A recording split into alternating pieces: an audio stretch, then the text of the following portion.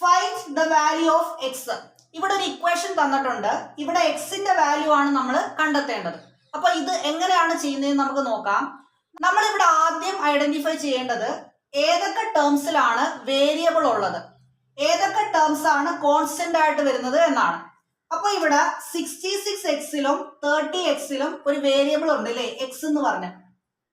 64ഉം 100ഉം എന്താണ്, കോൺസ്റ്റന്റ് ആണ്.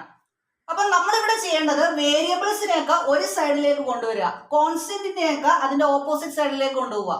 ഇവിടെ നമുക്ക് വേരിയബിൾസിനെ കംപ്ലീറ്റ് ലെഫ്റ്റ് സൈഡിലേക്കും കോൺസ്റ്റന്റിനെ കംപ്ലീറ്റ് റൈറ്റ് സൈഡിലേക്കും കൊണ്ടുപോകാം, അല്ലെങ്കിൽ വേരിയബിൾസിനെ കംപ്ലീറ്റ് റൈറ്റ് സൈഡിലേക്കും കോൺസ്റ്റന്റിനെ കംപ്ലീറ്റ് ലെഫ്റ്റ് സൈഡിലേക്കും കൊണ്ടുവരാം. അത് നമ്മുടെ ഇഷ്ടമാണ്. ഇപ്പൊ ഞാൻ തൽക്കാലം ഈ 30x-നെ ഇങ്ങോട്ട് കൊണ്ടുവരുവാണ്, ലെഫ്റ്റിലോട്ട് മൂവ് ചെയ്യുവാണ്.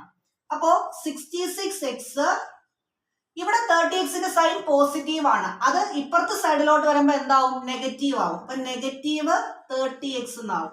ഈക്വൽ ടു ഈ 64നെ ഞാൻ റൈറ്റ് സൈഡിലേക്ക് മൂവ് ചെയ്യുവാണ്. അപ്പോ 100, 64ന്റെ സൈൻ ചേഞ്ച് ചെയ്ത് -64 ആവും. അപ്പൊ -64.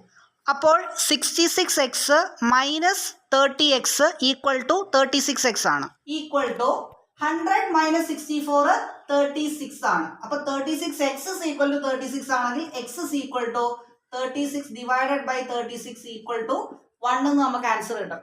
അങ്ങനെയാണെങ്കിൽ അടുത്ത question, find the value of x. 25x + 25 equal to 20x + 75. ഇവിടെ എക്സിന്റെ വാല്യൂ എത്രയാണെന്ന് നിങ്ങൾ കമന്റ് ചെയ്യുക.